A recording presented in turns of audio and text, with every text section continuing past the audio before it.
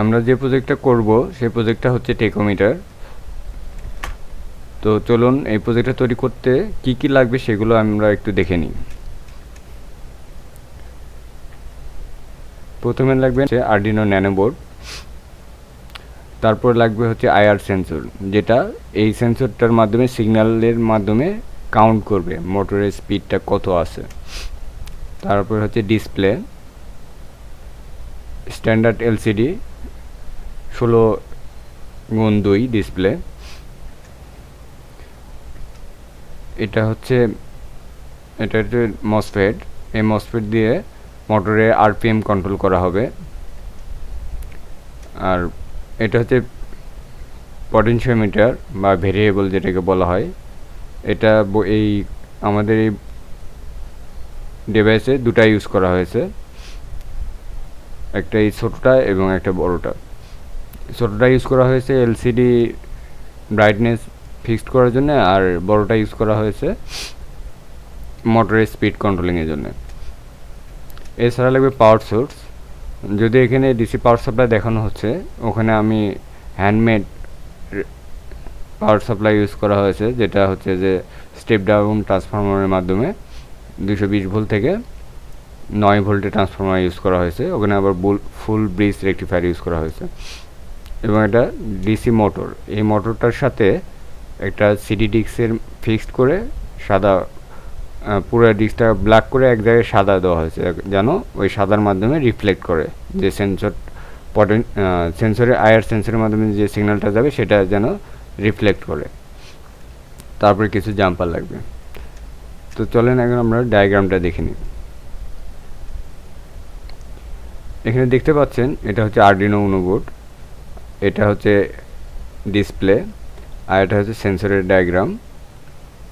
এখানে যেভাবে কানেকশন দেওয়া আছে গ্রাউন্ড গ্রাউন্ড গ্রাউন্ড, এবং এখানে যে ছোট পটেনশিওমিটারের কথা বললাম এখানে এভাবে কানেকশন ডায়াগ্রামে দেওয়া আছে।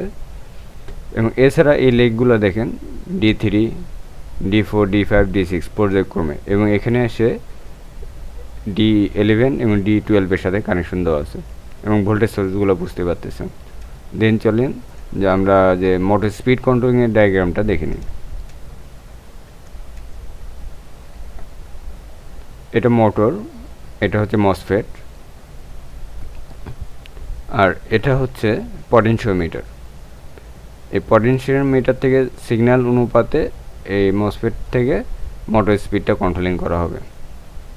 তো আমি প্রজেক্টের ডায়াগ্রাম সম্বন্ধে বলবো। এখানে এখানে আমি নর্মালি যে কিভাবে কোন সেকশন থেকে কোন সেকশন লাইন যাচ্ছে আমি সেটা বলবো। প্রথমে আমি বলবো এটা power section, AC transformer, AC থেকে এসি, তার হাই ভোল্টেজ থেকে লো ভোল্টেজ।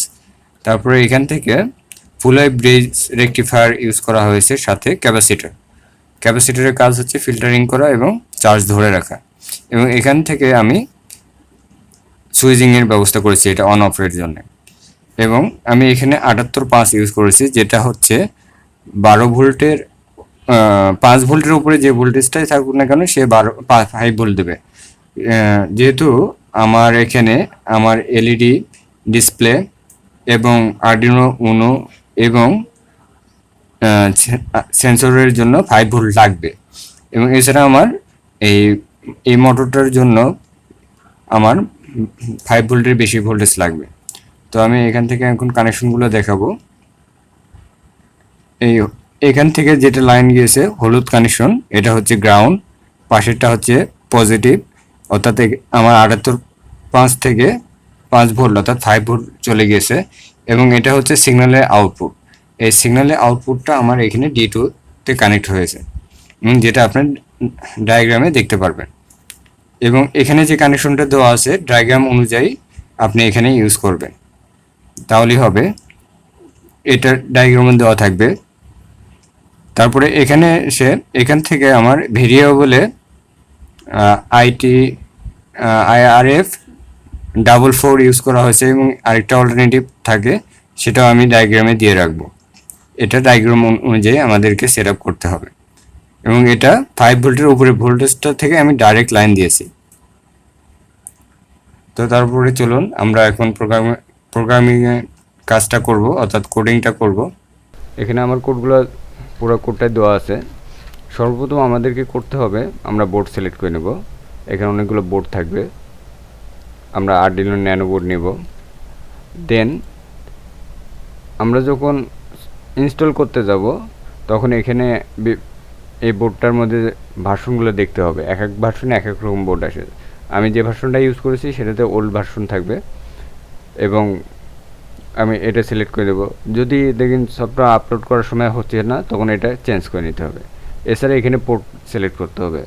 যখন আমার কেবলটা লাগানো থাকবে তখন এখানে আরেকটা পোর্ট আসবে। চলেন আমরা বিস্তারিত এখন কোডটাতে দেখে নিই।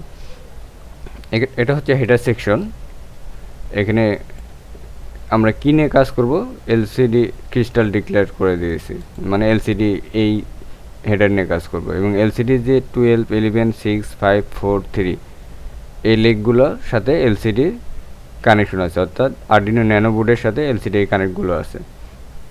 এবং এখানে ডিক্লেয়ার করা হচ্ছে ভ্যালু, তারপরে এখানে কিছু কোড আছে। এখন ভয়েড সেটআপে এসে আমি বলি, এখানে এলসিডি বিগিন, অর্থাৎ এলসিডি 16x2, অর্থাৎ দুটা লাইন 16টা ঘর আছে, সেটা এখানে ডিক্লেয়ার করা হয়েছে। তারপরে আমার এই প্রজেক্টটা যখন চালু করবেন তখন এখানে লেখা থাকবে রোবোটিক্স ইটিসি। দেন তার দ্বিতীয় লাইনে লেখা থাকবে প্লিজ সাবস্ক্রাইব। দেখেন এখানে কিন্তু কন্ডিশন হচ্ছে 0 0 0 এবং 0। প্রথম সারির প্রথম হরিজেন্টাল এবং ভার্টিক্যাল 0 0-তে রোবোটিক্স লেখা থাকবে, এবং প্লিজ সাবস্ক্রাইবটা হরিজেন্টালি 1 এবং হরিজেন্টালি 0 এবং 1-এ অনুযায়ী লেখা থাকবে, কিন্তু এটা শুধু কয়েক সেকেন্ড এটা অন থাকবে। দেন তারপরে আমাদের কাজ হচ্ছে এখানে কতক্ষণ এটা ডিলে হবে, এখানে ন্যানো সেকেন্ডে বলা হয়েছে, এটা কিন্তু 100 ন্যানো সেকেন্ড, অর্থাৎ 1 সেকেন্ড। তারপরে এখানে টাইমারটা ফিক্সড করা হয়েছে। দেন এখানে দেখেন এলসিডির প্রথম লাইনে থাকবে হচ্ছে আরই টেকোমিটার। এই কন্ডিশনের ভিতরে যা লেখা আছে এটা থাকবে, চাইলে আপনারা এটা পরিবর্তনও করে দিতে পারবেন। সেই অনুযায়ী এটা থাকবে 0 0-তে। তারপর দেখেন এখানে 0 1 হরিজেন্টাল এবং ভার্টিক্যাল অনুযায়ী থাকবে, লেখা থাকবে হচ্ছে আরপিএম স্পিড, এবং এটা হচ্ছে স্পিডটা কাউন্ট করবে হচ্ছে পার মিনিট। তারপরে লেখা থাকবে আরপিএম। তারপরে এসে দেখেন এখানে আরপিএম পরে যেটা দেখাবে সেটা হচ্ছে সেকেন্ডে কতবার কাউন্ট হচ্ছে। কোডিংটা এখানে ভুল নাই, আমি সব কিছু সংশোধন করে রেখেছি। আমাদেরকে তারপরে করতে হবে, এটা হচ্ছে ভেরিফাই করতে হবে, কম্পাইলিং করতে হবে।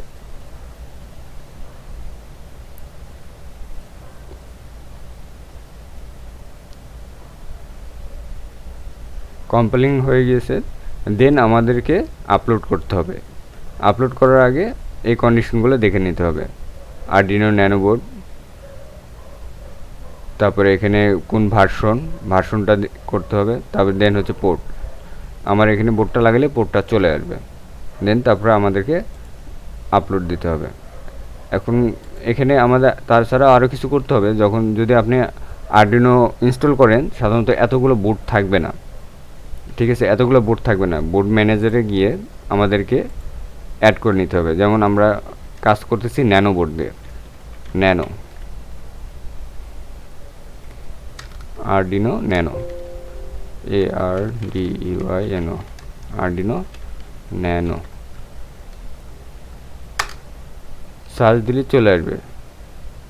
অলরেডি দেখেন আরডিনো ভিআর আছে, আরডিনো বোর্ড, ন্যানোটা ইনস্টল করে নিতে হবে। এছাড়া স্ক্যাটার সেকশনে গিয়ে লাইব্রেরিটা করে নিতে হবে, লাইব্রেরিটা ইনক্লুড করে নিতে হবে। যেহেতু আমার এখানে লাইব্রেরি লিকুইড ক্রিস্টাল নিয়ে কাজ করবো, এই লাইব্রেরিটা আমাদেরকে ইনস্টল করে নিতে হবে।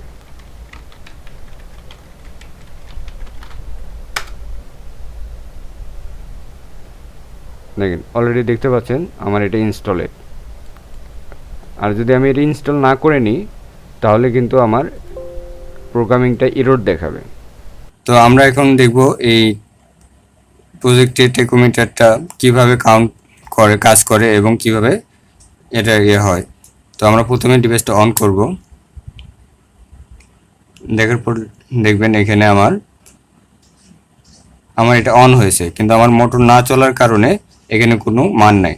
এখানে দেখেন 0.m অর্থাৎ মিনিটে কতবার ঘুরবে এবং 0.s এটা মিনিটে সেকেন্ডে কতবার ঘুরবে সেখানে বলা হয়েছে। দেখেন আমি এখানে এটা ঘুরাই, একবার ঘোরানোর কারণে আমার স্পিডটা বলতেছে। ঠিক আছে, তো আমি এখন মানটা আমি এখন ধীরে ধীরে বাড়াবো।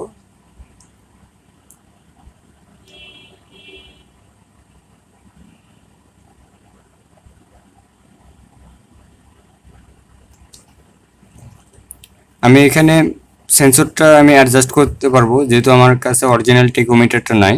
যদি অরিজিনাল টেকোমিটার অনুযায়ী আমাকে এটা এই ভেরিয়েবলটা মেজারমেন্ট করে নিতে হবে। দেখেন আমি অলরেডি বাড়াচ্ছি এখানে মেজারমেন্টের মান, যার কারণে সেন্সর এখানে মানটা অনেক হাই দেখাচ্ছে।